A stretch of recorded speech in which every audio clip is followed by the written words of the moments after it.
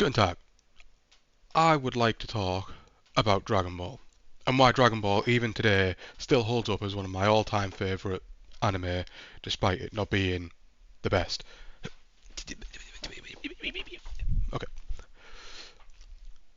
so Dragon Ball for me is like some big nostalgic bubble, right?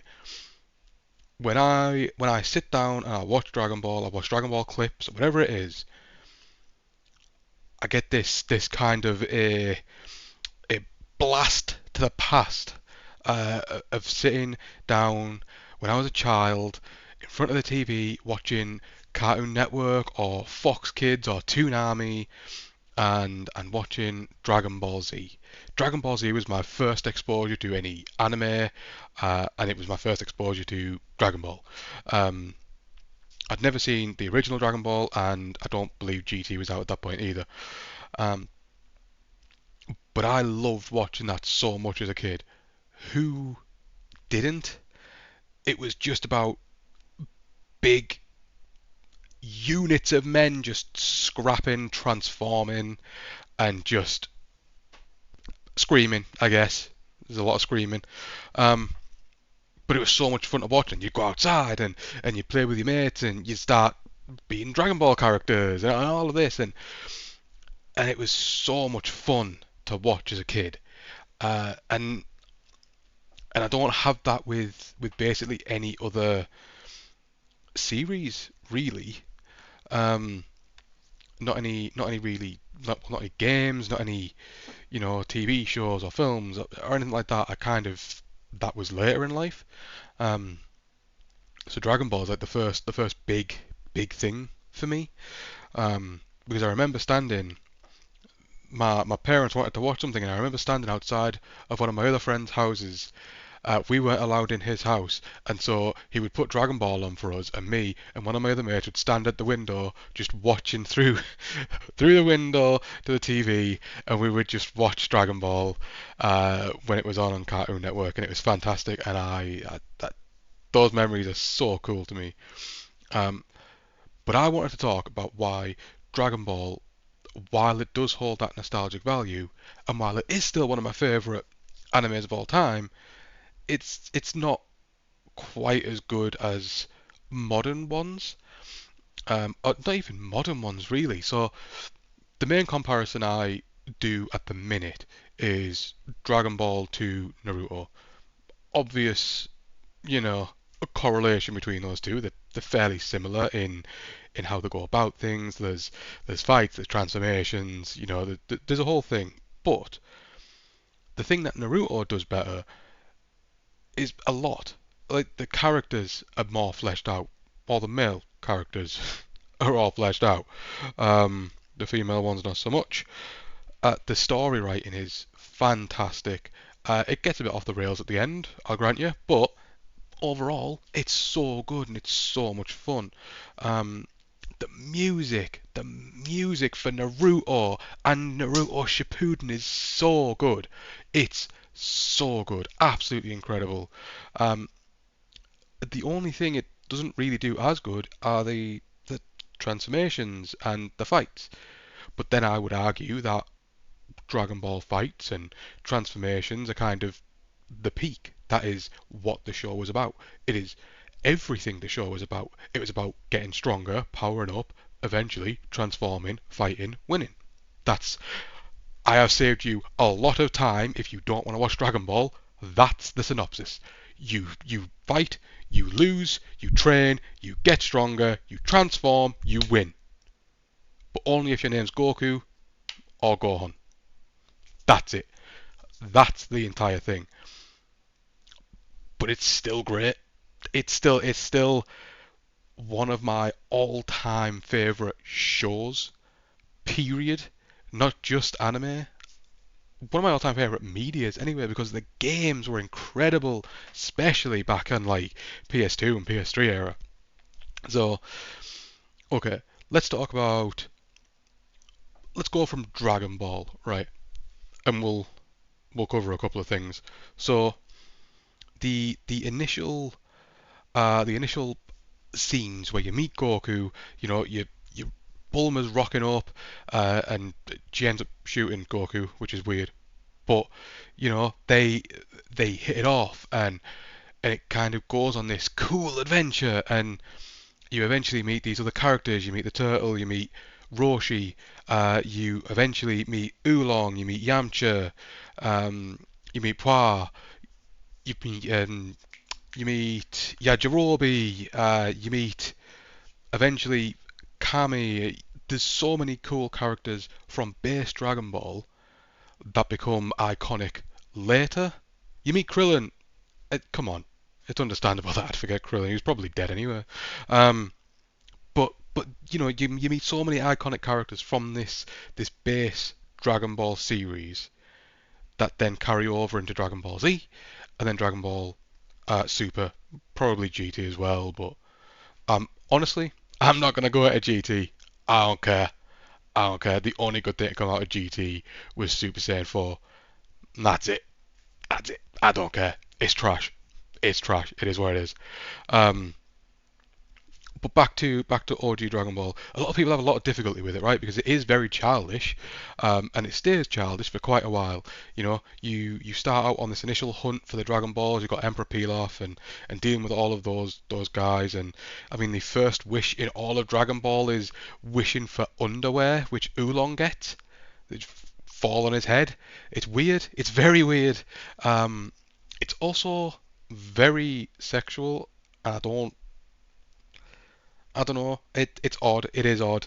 Roshi with his nosebleeds, Goku patting at Bulma. It's weird. So I do get why people don't get into it. But once you get past this initial, and it's only a short amount of episodes, right? It's like I think it's something like 12 to 20. It's somewhere around that area.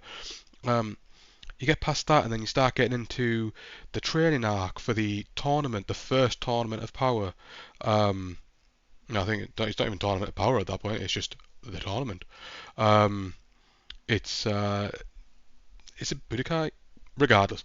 Um, but the first tournament arc, which I love because that's where Roshi gets involved, and he kind of shows that he is the teacher for a reason. Um, and he goes there, and he becomes Jackie Chun, and he ends up going through a tournament there, and pulling all these tricks to kind of confuse others and all that kind of thing, and it's very wacky and very bizarre, but you see why Roshi is the teacher. You see that he is actually pretty strong, even though at that point Goku is very close to Roshi. Um, and it's not until later where he eventually passes him. Um, and that first tournament, you see a couple of other random things. I believe that first one, off the top of my head, has the stink guy, um, who shoves his hand down his pants and tries to knock Krillin out, which is very odd. And then Krillin eventually realizes that he actually doesn't have a nose, and so it doesn't matter, and he can't smell anywhere. It's very, very bizarre. I don't remember if that was the first tournament or the second tournament, but um, regardless, it's really funny. So you get to the end of that first tournament, and then you go off to the Red Ribbon Army saga, right? And you're dealing with Red and Blue and whoever else. Um, but it's basically Goku going off on his own, having these little adventures, destroying armies by himself. Meeting he meets Android, I think it's Android 9 off the top of my head. Um, he meets that android, and ends up going up the tower and finding him there and doing all of that. Um, and that Red Ribbon Army saga it's just fun, right? There's nothing really serious that happens. You find the Dragon Balls again, Bulma and Krillin show up a little bit. I think Yamcha shows up for a bit, and Puar and Oolong. You get some of these people back, and they kind of intersperse between the entire thing. But it's mostly about Goku going off, trying to build up strength, and do what he can, basically. Um, and then all of that leads into quite eventually a nice section. Um, I wouldn't count this as a full arc because it's basically looking for the Dragon Balls again, but they go to the fortune teller, um, Roshi's sister, which is odd. But they go to the fortune teller, and then they have all of these battles, and it's all cool. And the last fight is Goku versus Grandpa Gohan, and it's very bittersweet in that Grandpa Gohan can now learn about what Goku's been doing, and he can see the training, he can see how much he's grown, and it's so cool. And then he takes the mask off, and Goku's just like sobbing, and it's heartbreaking, but it's incredible, and it's so well done, and I absolutely love that scene. Um, but then after that, we move into the next tournament. Um, the next tournament being where Tien turns up. Tien, who is starts out as a bad guy, and obviously Chaozu's there as well, and whatever Chaozu is, it's like a little Russian nesting doll or something. I don't know. I genuinely don't know. I don't care. He's weird though, very weird. Um, but they're there, and that entire tournament is about that. It's about trying to beat the rest of them to get to Tien, and then it's Goku versus Tien, and it's the Turtle School versus the Hermit, no, versus the Crane School, um, and their old beef and all of that jazz, and that kind of gets resolved. And Tien and Chaozu end up being the good guys again. It all gets nicely packaged, but it's a fun tournament, and it's at that point, at the end of that tournament, is where it starts to get it more serious tone. Because at the end of that tournament is the King Piccolo arc, the original King Piccolo arc. Um, so this is where Krillin gets killed. Tambourine, I believe the name of the minion is. He kills Krillin, and then Goku goes after them, and he ends up dealing with Tambourine, but then he gets bodied by Piccolo. Um, and then that's where Yajirobe comes in, and they end up going to Korin's tower, and they meet that the family at the bottom and all that, and then he ends up fighting General Tao. Um, and losing there, and then climbing up the tower, and getting more powerful, and it's kind of here's the water that you drink and it makes you stronger, but it doesn't actually realistically make you stronger. You just went through a lot of things that make you stronger, and it's whatever. But then he goes back down and he deals with General Tao, and then he goes and deals with Piccolo, King Piccolo, and all of that. And that has another really cool scene, which is Goku's Dragon Fist, where he blasts through King Piccolo, and it's sick. But this arc is the first one where it's kind of pretty dark because Roshi ends up dying trying to take out King Piccolo using the containment wave, and he needs to be put in this like pressurized coffin to keep his body fine for when they bring him back after they get the Dragon Balls and all that kind of thing. Um, and there's a couple of other people that die, I believe. Krillin's obviously dead at that point, but anyway, deal with the whole Piccolo thing, and all of that gets done, and then that kind of leads nicely into the last arc, which is Goku goes off and trains after King Piccolo, comes back, or he goes off and trains with Kami and those guys, um, and then he eventually comes back to the tournament as I believe. So he's Teen Gohan or Goku, sorry, um, but he's massive. Doesn't actually look like a teenager. It's weird. I think he's probably like 15, 16 at that point. Um, it's odd, but then ages are very wishy-washy in Dragon Ball. You'll soon learn if you ever watch it. It's very odd. um, and they get to the this last tournament, and in this last tournament you've got Piccolo as we know him in Dragon Ball Z and Super and all of those, um, and then it's basically a fight to get to Piccolo, to fight Piccolo, to then just get rid of him because he is essentially Demon King Piccolo in Piccolo form. It's it's just a fight. It's just a fight. There's not a huge amount of consequences. Um, but what I will say is this tournament has one of my favorite scenes from OG Dragon Ball, but it's also got some one that turns back up that I despise and is my most hated character from Dragon Ball, Dragon Ball Z, Dragon Ball GT, Dragon Ball Super, Dragon Ball whatever you want to call it.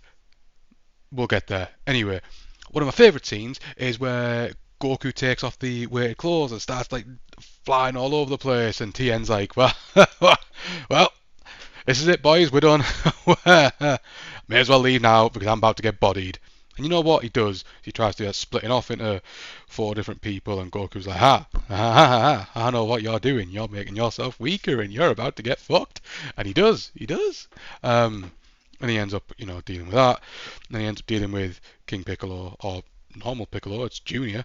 Um, and winning the tournament for the first time and only time. Actually, Goku doesn't win it more than once, but he wins the tournament, and then it just kind of fades off into this other kind of slice of life mini saga, which I don't really watch, to be honest. It's just kind of just kind of going on a little adventure to find the fan to do whatever, and it's whatever. But in that tournament, in that tournament, we've got Chi Chi. We've got the lovely Chi Chi because everyone likes Chi Chi. Chi Chi is, I hate Chi Chi. I hate Chi Chi with every fibre of my being. Every fibre of my being. I want. Come. You know what? Come here. Look at this. Look. I would rather stumble through broken glass naked and have cuts galore in every place imaginable than have to deal with Chi Chi again. I hate that character. Anyway, the reasons why I hate her. Uh, she starts out as a whiny little brat. Uh, back to begin with a stupid horn thing that she can throw at people, and she ends up throwing at Roshi, and that gets stuck in his head. And then she turns up and she thinks, oh yeah, well I'm Billy Big Bollocks and I can take on Goku. It's like, no you can't, no you can't. You got knocked out of the arena by a punch that didn't hit you. You got knocked out by wind. You got wind blasted out of the arena. You're not special. You're not fancy. You're weak and you're annoying, bitch. And it just continues into Dragon Ball Z. She's just a bit of a whopper who's just like, yeah, Gohan, you need to learn. Why aren't you learning things? Like, homie, let him go fight. He is quite literally he is the character with the most potential. He catches up to Goku multiple times throughout the entire Dragon Ball off a transformation. And you're sat there, no, you need to do some maths. Better do, this calculus here. You need to do this. You need to do this. Go on. Yeah. Do that. Yeah. Fuck off.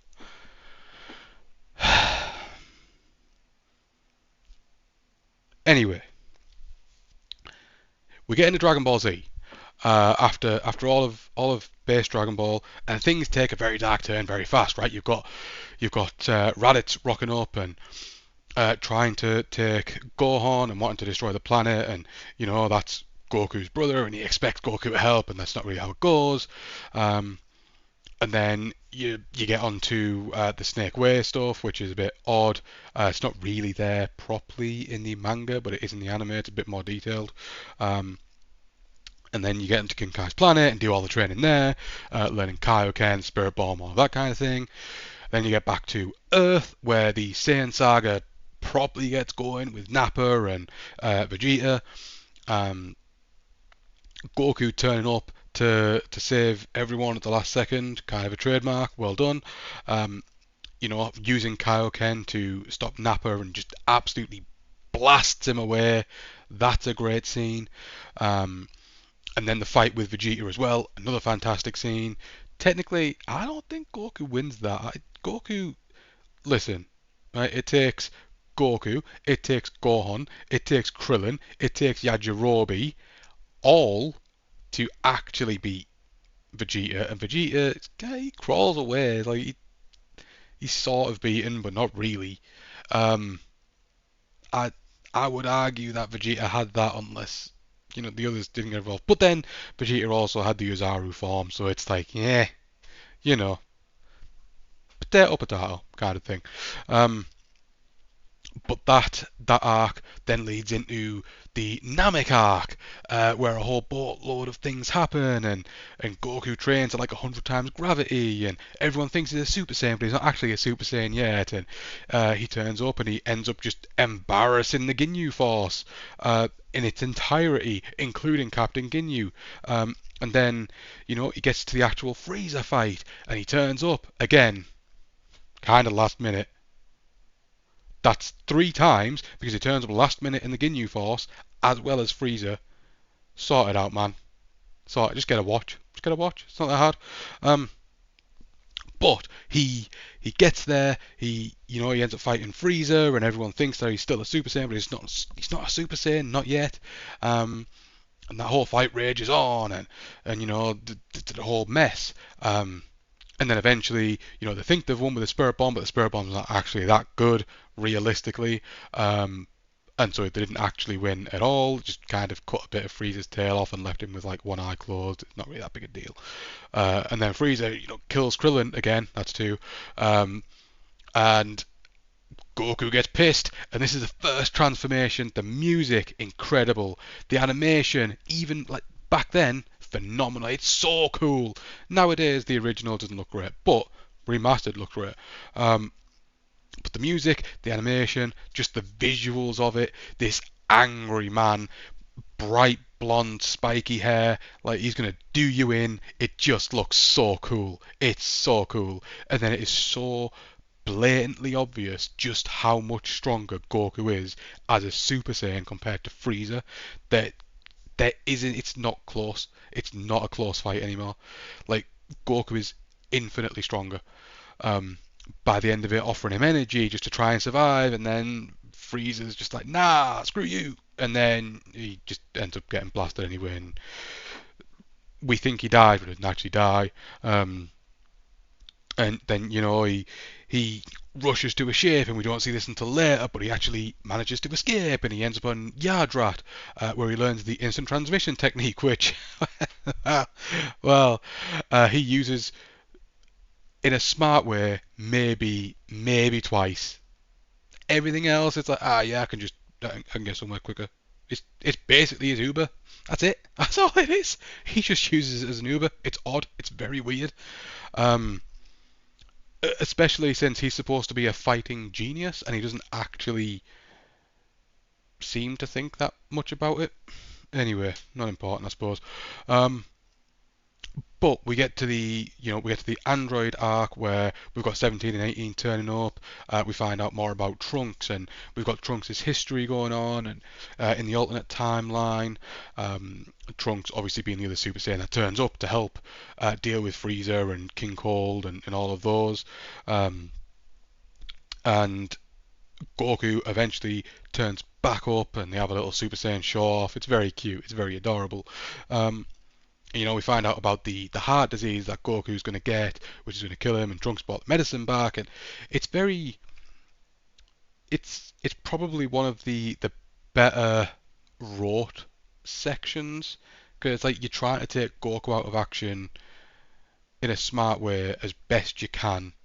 And it does keep him out of action for a little bit, like he can't get involved in these android fights, and they kind of have to keep him away, and it's very here and there and everywhere. I like that little section of what they did because it gave other characters a chance to shine. It gave Piccolo a chance to have a scrap with Cell. It gave Vegeta and Trunks a chance to have a fight with whoever they wanted, and then probably get beat up again.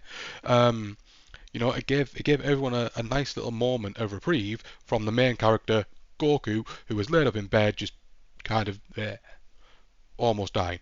Um, but it was cool. I liked it. And then eventually that leads into the Cell arc, which has I would say my second favorite transformation from Z, which is Super Saiyan 2.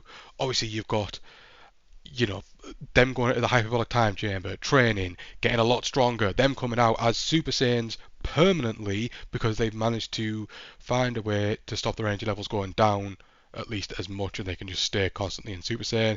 It's really cool. It's a smart way of thinking about it outside of just get big, get strong, which is what Vegeta did. He just basically bulked up and was slow. So kind of useless. Um, which obviously made Vegeta more angry, and Vegeta's always angry. Doesn't really matter. And then we get to the fight, where they're all trying to fight Cell, and there's this weird tournament going on, and it's kind of cool. Um, and it's the first fight between Goku and Cell is sick. You get one of the best Kamehameha waves ever, which is the teleportation one, where it just blasts Cell in half. Without the ability to regenerate, that would have been it for Cell, but unfortunately not. Um, and then obviously that all happens, and the Cell Juniors rock up, and then Gohan goes Super Saiyan 2. Um, and I realise I'm waffling a lot about all of these little intricacies, about all of these different sagas, and it's because I absolutely love Dragon Ball, because you finish, or you get towards the end of the Cell Saga and you've got Goku teleporting Cell away, and it's sad because Goku's given up his life to save the Earth again because Gohan kind of screwed up. And then there's that final Kamehameha wave and the father-son Kamehameha wave, and you can see that there, and Vegeta rocking up to help. And then you get to the Buu Saga, the Buu Sagas where, you've got Super Saiyan 3 for the first time. You've got Gotenks, not only Gotenks, but Gotenks going Super Saiyan 3. You've got Mystic Gohan, you've got Majin Vegeta, you've got one of the sickest, most metal scenes from Goku, which is the Kai standing in front of Goku, and Goku being like, if you don't move, I'ma wreck you, with his just hand in front of him. He's about to entirely wipe out that Kai, because he is done and he's going to go scrap Vegeta, and it's incredible, and that fight is really cool. And then you've got the sacrifice scene with Vegeta blowing himself up, where he respects Kakarot, or not so much respects at that point, but he's like, even for you, Kakarot.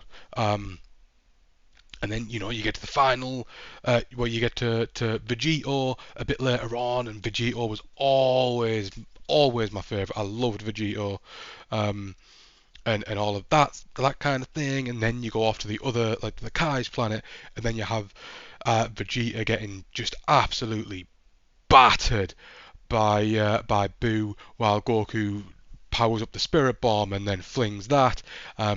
That's where you do get the respect from Vegeta, saying that you are better than me to Goku. And you get this cool visual of everyone just popping up. It's like Goku, Kakarot, Goku, Dad, and just I'd like see you in the next life kind of thing, and just blast him away with the Spirit Bomb. And it's the first time a Spirit Bomb actually works. It's one of the only times a Spirit Bomb's actually worked. It is one of the most useless attacks in all of Dragon Ball.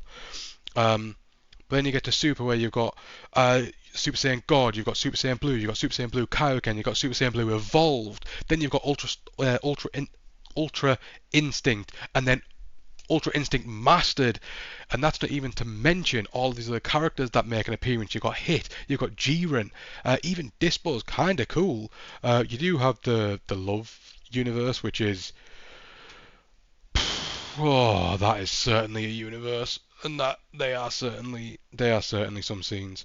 And you have Roshi's big moment, and this scene is genuinely one of my all-time favorite scenes from Dragon Ball, because I love OG Dragon Ball. It is one of my favorite series.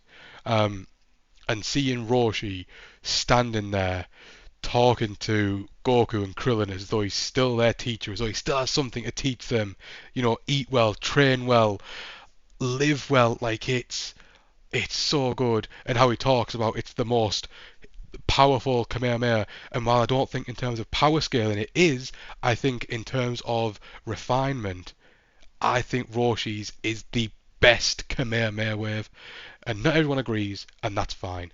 But it is truly incredible how you see him back there as just an old man who Goku comes across, and he needs the help to get rid of this fire, and he blasts a Kamehameha wave, and it's really cool, it's sick. And you go from that and you get all the way to the Tournament of Power, where Roshi stands against an enemy that he should not be fighting, and he blasts him out of the arena with a move that he perfected and then taught to other people, and it is so cinematic.